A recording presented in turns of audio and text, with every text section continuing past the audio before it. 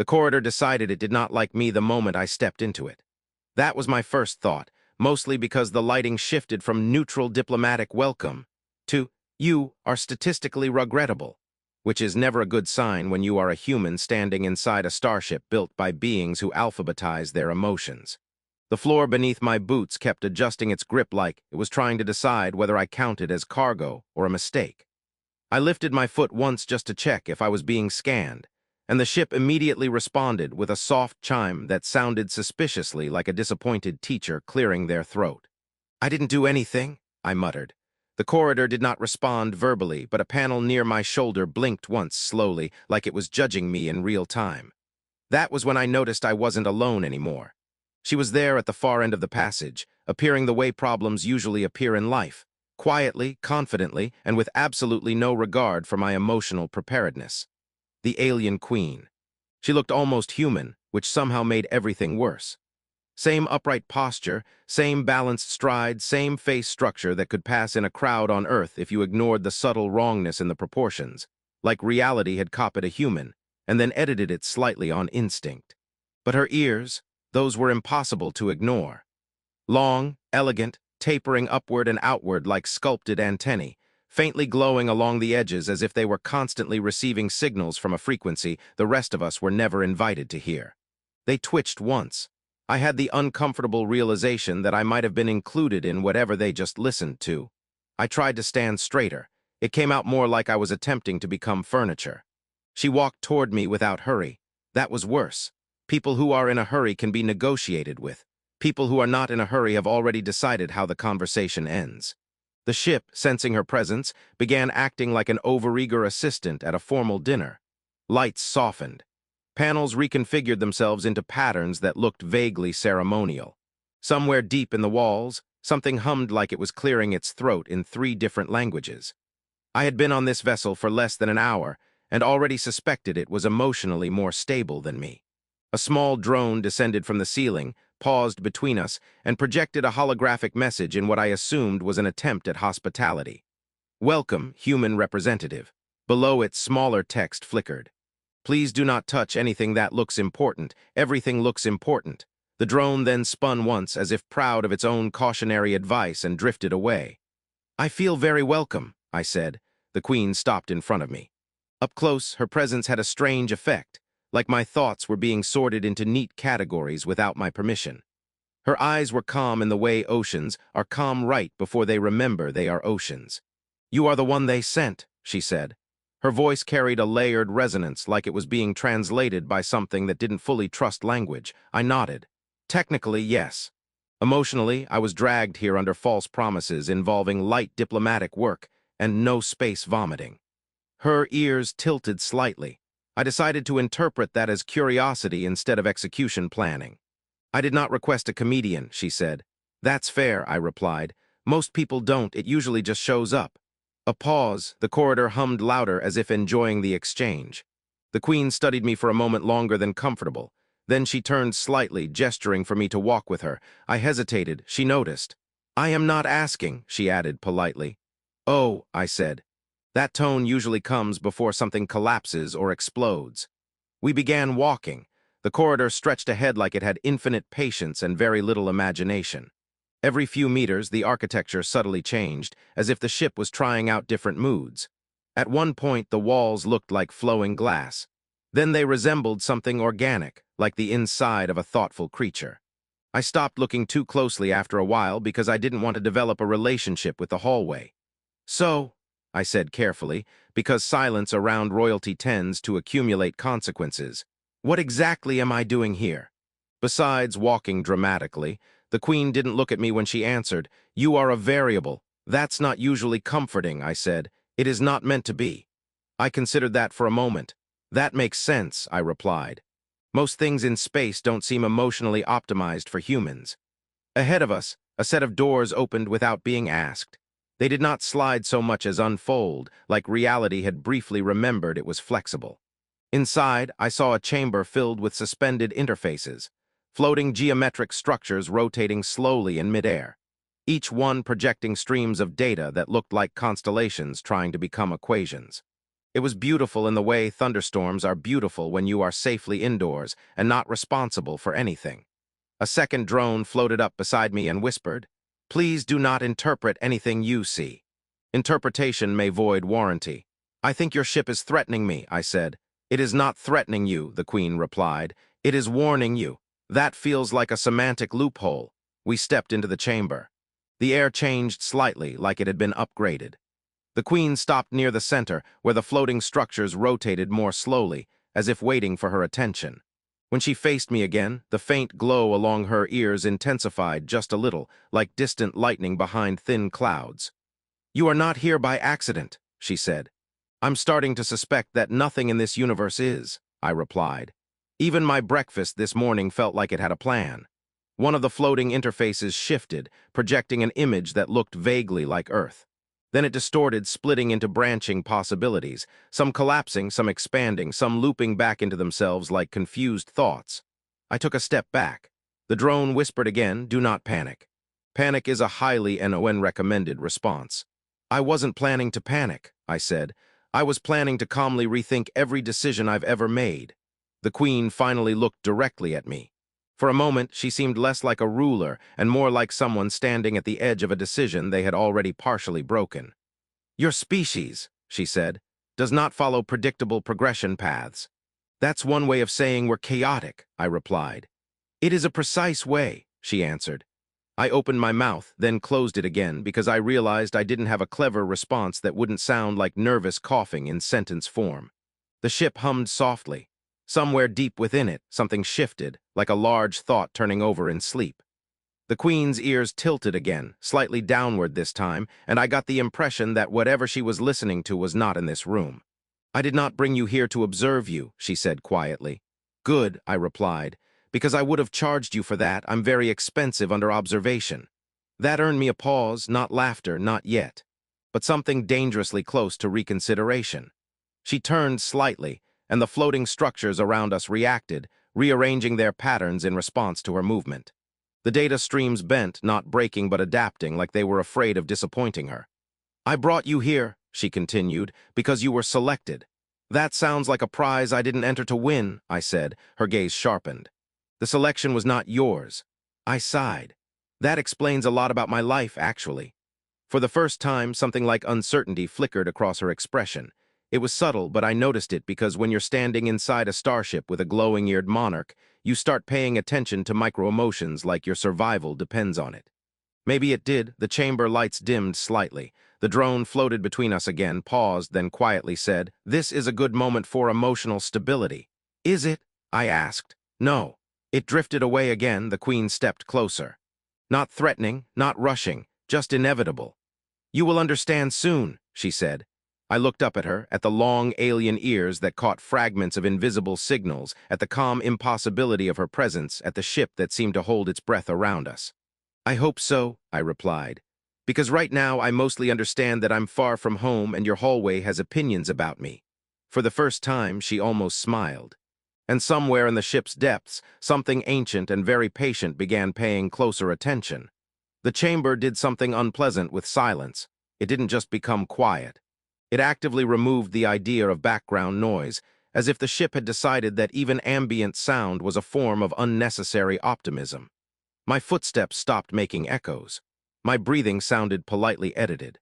Even my heartbeat felt like it had been asked to keep itself to a minimum.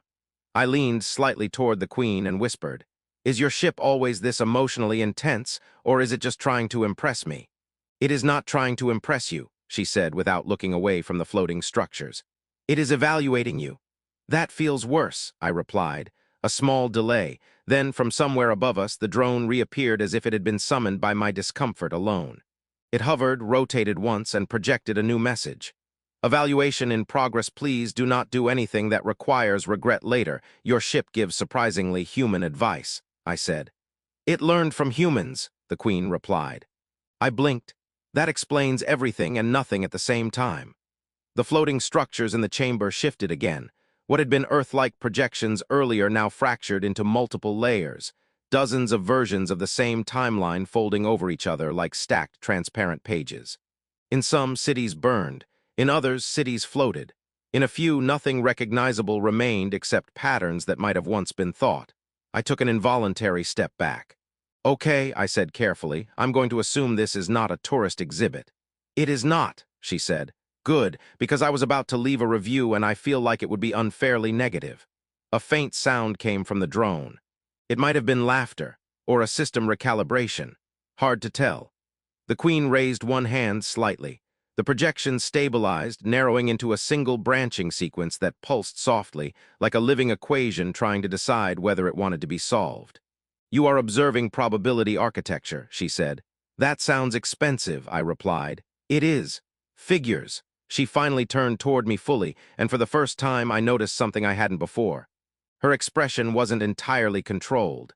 Not emotional in a human way, but under pressure. Like something inside her authority was slightly misaligned with whatever she believed she was supposed to be.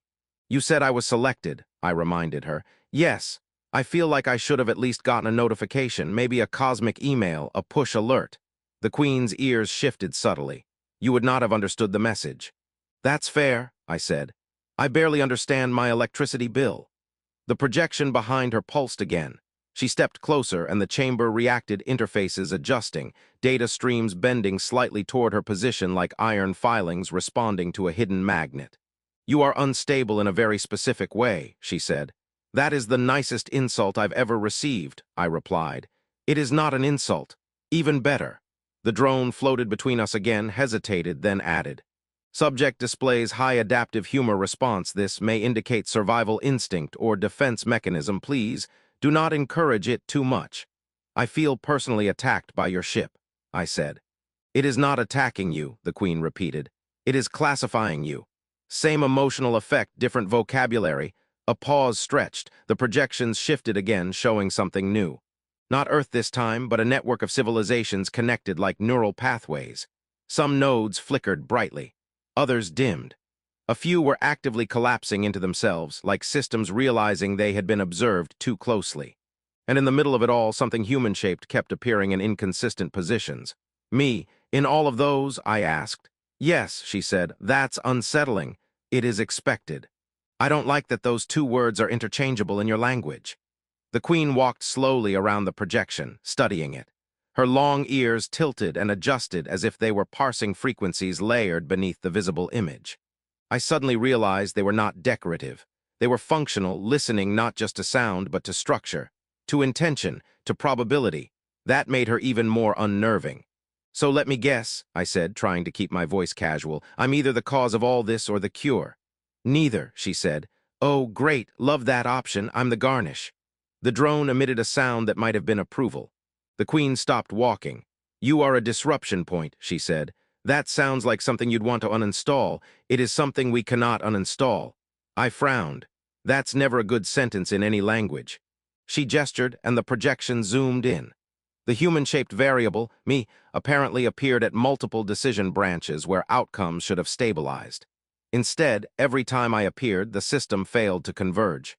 Timelines branched instead of resolving. Patterns refused to settle. It looked less like destiny and more like a badly written simulation where someone had spilled coffee on the logic engine. So what you're saying, I said slowly, is that my existence is annoying your universe. Yes, that feels personal. It is not personal, she said. It is structural. I don't know if that makes me feel better or worse. The Queen looked at me directly again. This is why you were brought here, she said. Because I break your math? Because your species breaks certainty. I paused. That sounds like a compliment, but I've met my species. We mostly break IKEA furniture and occasionally international treaties. For the first time, something almost like amusement passed through her gaze again. It was brief, but real enough that I caught it. The drone immediately reacted. Notice. Emotional variance detected in lead authority. Please maintain regulated expression levels. The Queen ignored it, which I suspected was something only she was allowed to do. There is a problem, she said. That's usually how these conversations go, I replied. A fracture in predictive continuity. That sounds like a fancy way of saying we don't know what's going to happen. It is exactly that. Ah, I rubbed my face. So, I said, you kidnapped me because your giant space math broke. I did not kidnap you, she corrected. You definitely didn't invite me either. A pause. That is accurate. Thank you. The projection behind her shifted again, briefly showing Earth, then multiple Earths overlapping like reflections in shattered glass. Each one slightly different. In one, cities floated above oceans. In another, oceans were gone entirely. In a third, Earth didn't appear to exist in any meaningful biological sense. I lowered my hand slowly. "Okay," I said, quieter now. "I'm going to assume you didn't show me that for fun." "No." "Good." Because I was about to ask for a refund on my entire species. The Queen stepped closer again, but this time not toward dominance, toward explanation. "Our councils believe humans are noise," she said. "That tracks. But noise can stabilize systems that are too precise. I feel like I should be offended, but I'm kind of curious now." She tilted her head slightly. "You are not offended." "I mean, I am, but I'm also hungry and confused, so the hierarchy of emotions is unstable." The drone floated down again, softer this time. "Subject humor continues, stability remains uncertain, recommend monitoring without stressing subject too much. Your ship is very concerned about me," I said. "It is concerned about outcomes," she replied. "Same thing depending on the outcome." The Queen turned back to the projection. "And there is something else," she said. I sighed. "Of course there is." Her ears lowered slightly, almost imperceptibly. "I did not only bring you here to observe you." That sentence changed the air again, not louder silence, heavier silence. I looked at her. "Okay," I said carefully, "I'm listening." A pause.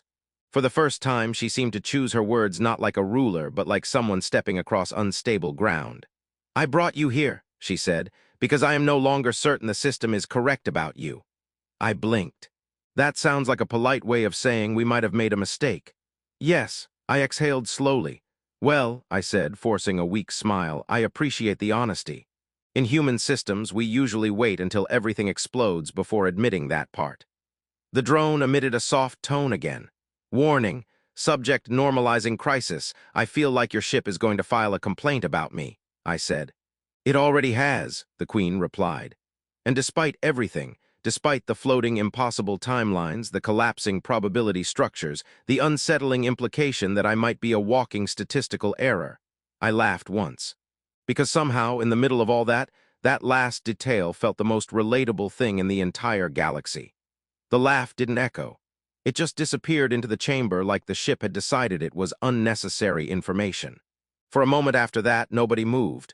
Not me, not the Queen, not even the drone, which usually behaved like it had a strong opinion on everything happening within a 10-meter radius. Then the projection behind her changed. It stopped showing fractures of Earth. It stopped showing branching civilizations. It stopped showing me as a recurring statistical inconvenience in reality's spreadsheet. Instead, everything collapsed into a single line. One timeline, stable. Quiet, uncomfortably simple. The Queen stared at it longer than she had looked at anything else since I arrived. Her long ears angled slightly forward, as if trying to confirm the reading through sound that didn't exist in normal space. "This is not expected," she said. The drone immediately responded. "Unexpected outcome detected. Please do not panic. Panic status. Optional but discouraged. I wasn't planning to panic," I said. "I've been downgraded to confused observer at this point." The Queen turned to me slowly. "You did this," she said. I pointed at myself. "I'm going to need more specific accusations. I've done a lot of things in my life, most of them accidentally." The projection flickered again and the single timeline stabilized further. No branching, no collapse. Just one continuous flow, like a river that had finally stopped arguing with itself. The Queen stepped closer. Her presence felt different now, not heavier, not threatening, just uncertain in a way I hadn't seen before. Like she was standing inside a decision that had already been made without her permission. "You should not be capable of this," she said. "That makes two of us," I replied. "I was told I was barely capable of handling taxes." The drone rotated slowly. "Subject humor remains, active stability of environment increasing, cause unknown, great," I muttered. "Even your ship doesn't know what I am anymore. That's comforting." The Queen raised one hand and the projection responded instantly, zooming into the stabilized timeline. Earth was there. Human history was there. Everything looked normal, too normal. Like someone had smoothed out all the sharp edges that usually make life unbearable and interesting at the same time. "No collapse events," she said quietly. "No branching instability." "Is that good?" I asked. She hesitated. That hesitation answered more than words could. "I don't know," she admitted. That was the moment everything shifted, not the ship, not the projection, her. I leaned against one of the floating interfaces, which immediately adjusted itself to avoid contact like it had dignity. So let me get this straight, I said. You brought me here because I mess up your universe math, then I stop your universe math from breaking. And now nobody knows if that's a good thing or a very expensive mistake. That is accurate, she said. I should put that on a resume. The drone emitted a soft tone. Suggestion, subject may be unsuitable for standard classification systems recommendation. Create new category entirely, finally, I said. Recognition. The Queen turned away from the projection completely now, facing me fully. For the first time since I arrived, there was no corridor behind her, no political distance, no ceremonial framing. Just her and whatever decision she had been avoiding since this began. You are not what we predicted, she said. That's the nicest version of that sentence I've ever heard, I replied. Our systems assumed chaos was noise, she continued. But you are not noise, I sighed. I feel like you're about to make this emotional. It is already emotional, she said, as if correcting an error in my understanding. That was fair. The ship hummed softly, and for once it didn't feel like judgment. It felt like listening. The Queen raised